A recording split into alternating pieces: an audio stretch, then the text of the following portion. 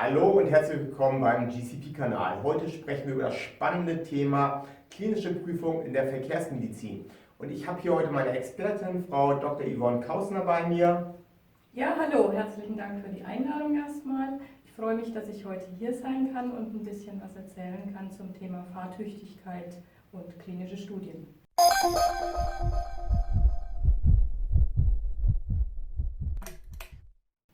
Ja, Yvonne, schön, dass du da bist. Du kommst vom Würzburger Institut für Verkehrswissenschaften.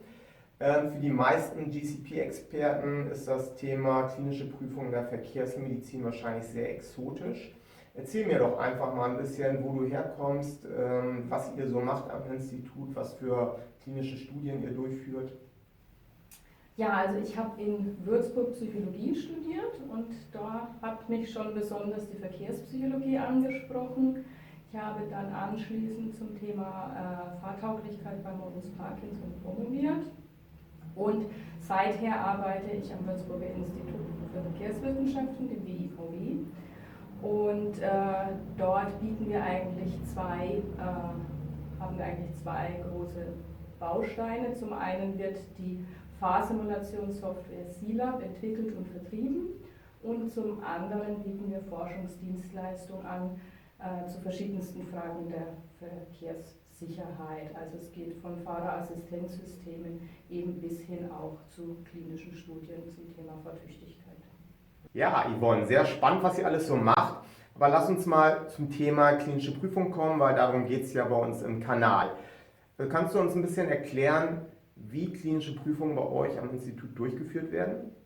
Ja, wir haben im Fahrsimulator verschiedenste Studien durchgeführt zum Thema Erhaltung und auch Diagnostik der Fahrtauglichkeit im höheren Lebensalter, bei Erkrankungen und auch unter Medikamenteinfluss. Und diese Arbeiten waren dann quasi die Basis für eine Versuchsanordnung, die wir entwickelt haben, um klinische Studien im Fahrsimulator durchführen zu können. Um eben zu prüfen, ist die Fahrtüchtigkeit unter einer Substanz beeinträchtigt oder nicht. Wenn ich höre Medikamententest, welche Medikamente testet ihr üblicherweise in so Fahrtüchtigkeitsprüfungen? Das ist sehr vielfältig. In erster Linie sind es psychoaktive Substanzen und hier vor allem Medikamente, die müde machen, also sedierende Präparate wie Anxiolytika bei Angststörungen oder Antikonvulsiva gegen Epilepsie oder auch Antihistaminika für Allergien. Das sind also dann auch nicht nur verschreibungspflichtige Medikamente, sondern durchaus auch frei verkäufliche Präparate oder Phytopharmaka, also pflanzliche Substanzen.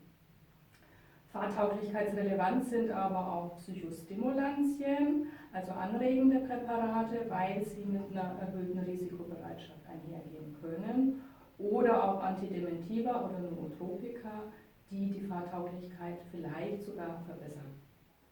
Das ist natürlich ein unheimlich großes Spektrum.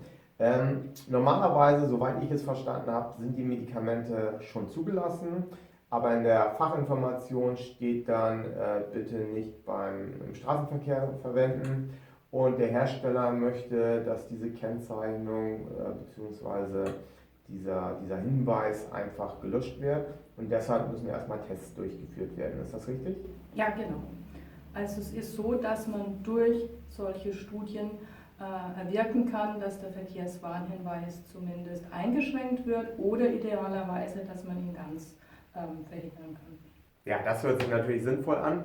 Jetzt nächste Frage wäre dann, wer beauftragt euch überhaupt? Was für Firmen kontaktieren euch, um solche Studien durchzuführen? Sind das eher die großen Pharmafirmen oder Biotech-Firmen oder irgendwelche Patientenrechtsorganisationen? Wer lässt die Studien durchführen?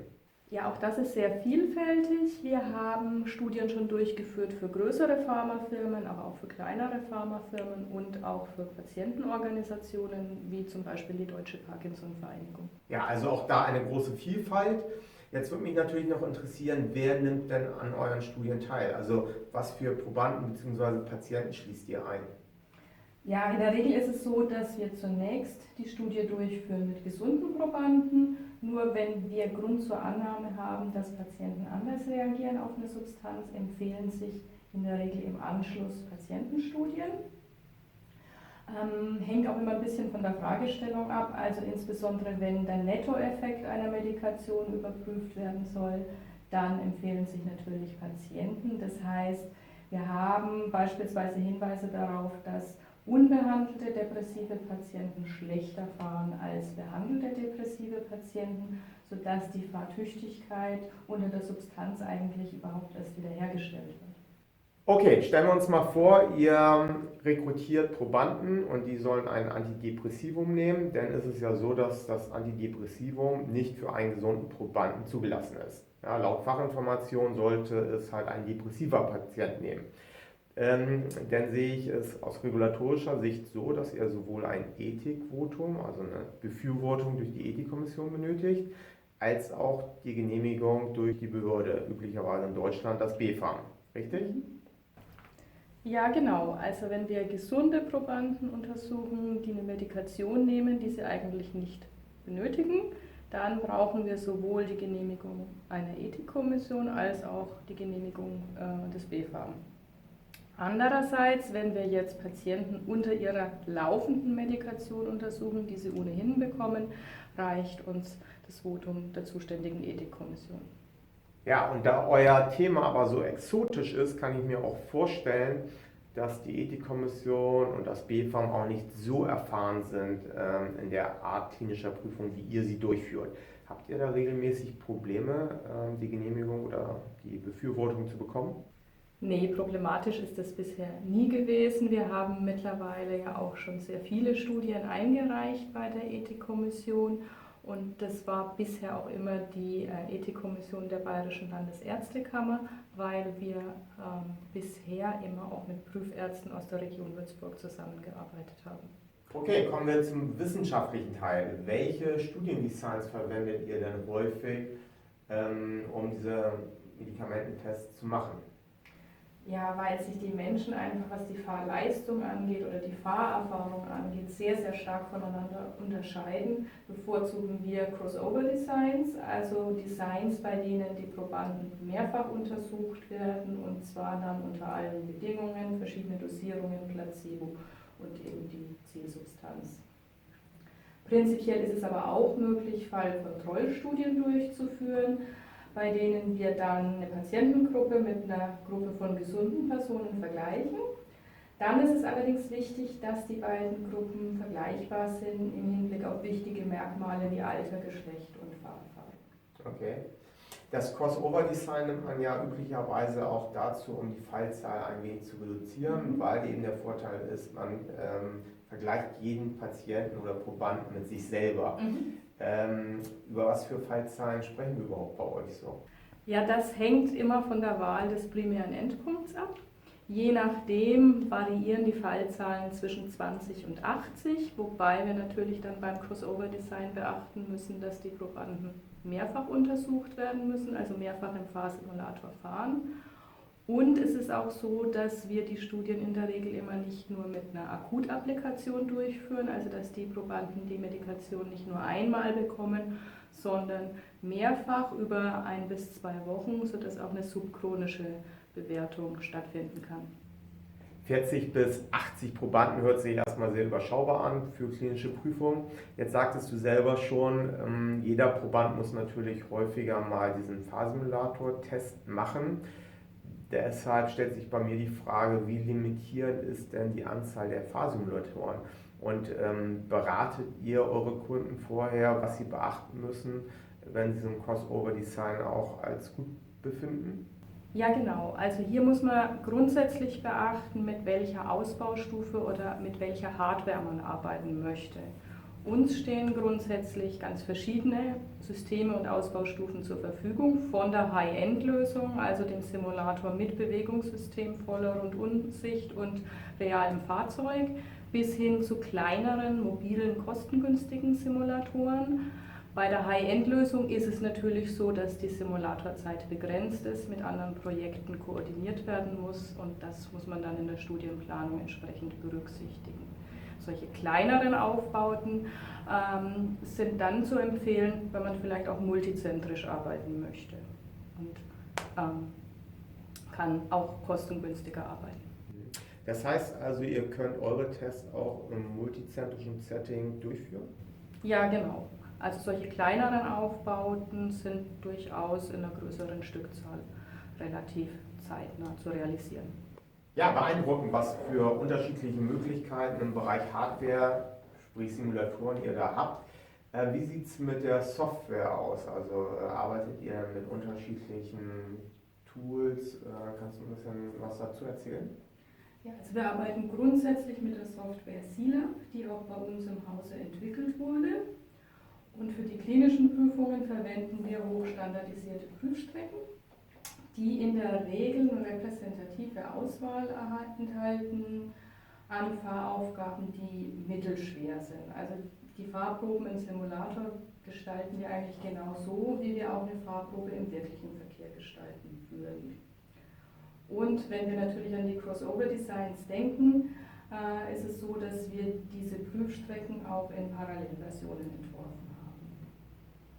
Ganz wichtig bei den Prüfstrecken ist, dass die Fahraufgaben oder die Szenarien, die enthalten sind, auch sensitiv sind für die Beeinträchtigung, die wir unter einer Substanz erwarten. Also beispielsweise haben sich hochmonotone Abschnitte mit starken Anforderungen an die Vigilanz als besonders sensitiv für sedierende oder ermüdende Substanzen erwiesen. Okay, jetzt kann ich mir vorstellen, dass manche Personen auch Probleme damit haben und es nicht mögen, im Simulator zu sitzen, vielleicht sogar schwindelig werden. Habt ihr damit irgendwelche Erfahrungen gemacht oder können es alle ab? Ja, genau, das ist das Phänomen der Simulator Sickness. Also, dass die Leute sich bei den ersten Simulatorfahrten normalerweise etwas unwohl fühlen. Schlimmstenfalls wird ihnen übel und sehr schwindelig.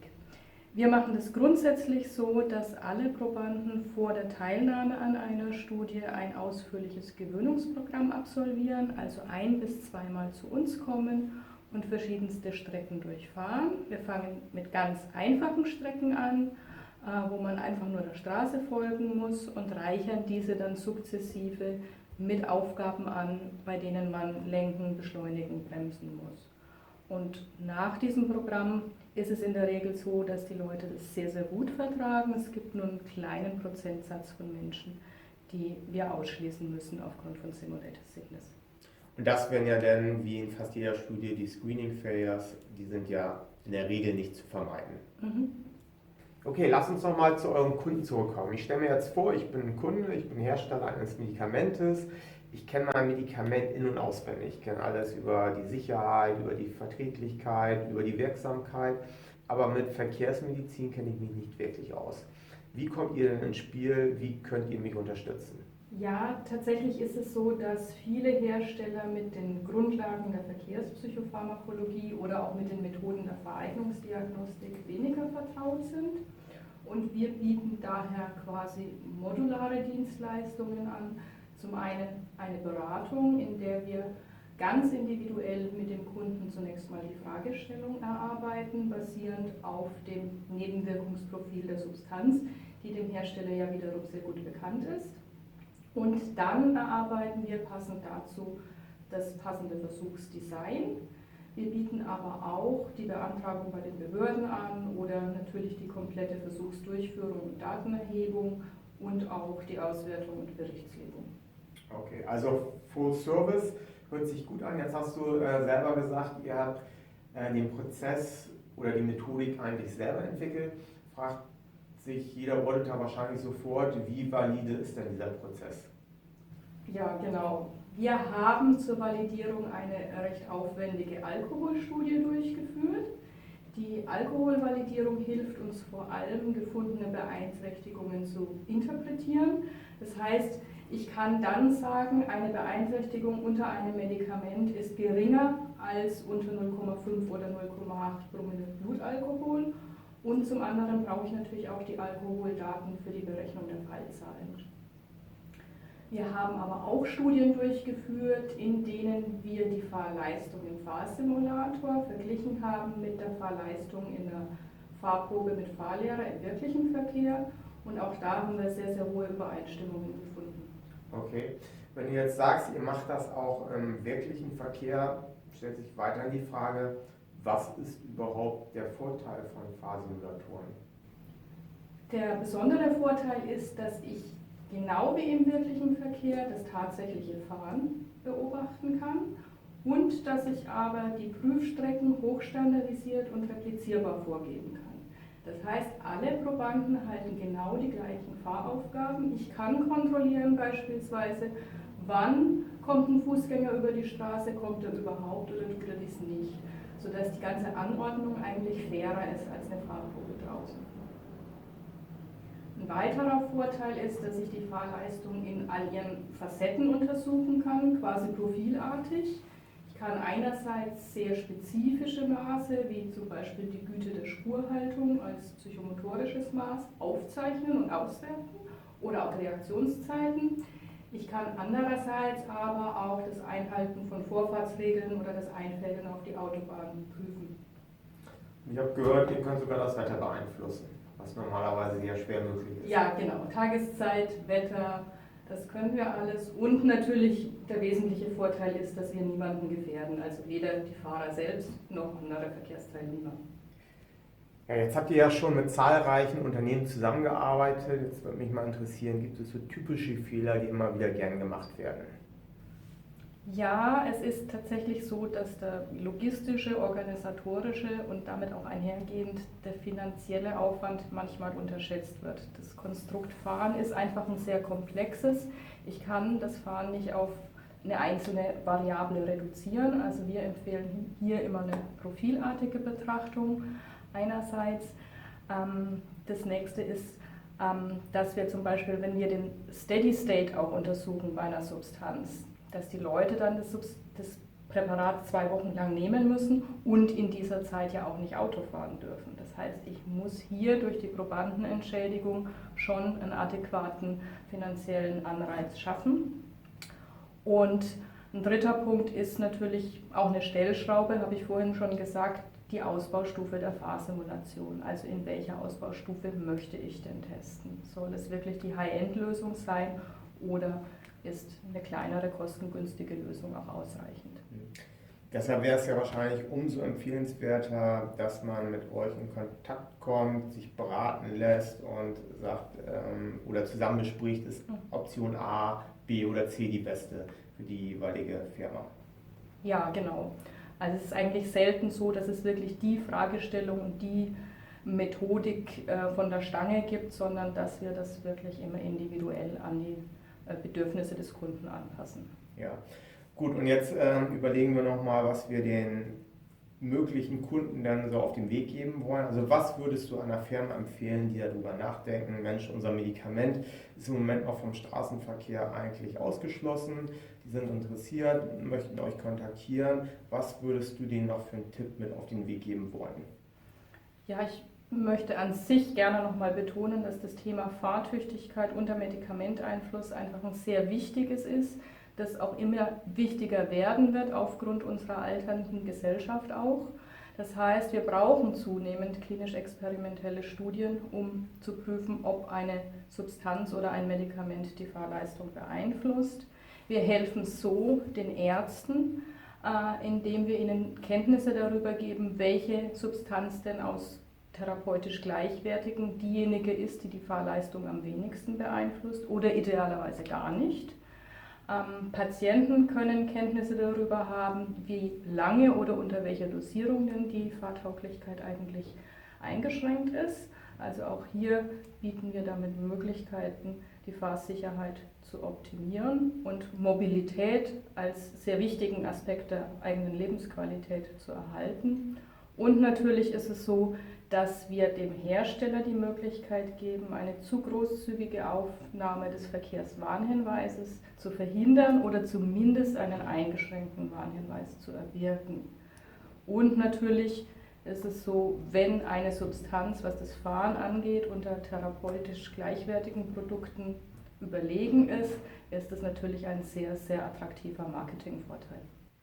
Ja, Yvonne, vielen Dank. Großartiges Thema, großartiger Abschluss, tolle Tipps für Hersteller von Medikamenten. Ich denke, das Thema ist unheimlich wichtig. Es gibt viel Verkehr auf der Straße und immer mehr Verkehr und es gehört einfach zum täglichen Leben dazu, genauso wie die Medikamenteneingabe, insbesondere wenn die Gesellschaft immer älter wird. Deshalb vielen, vielen Dank, dass du da warst.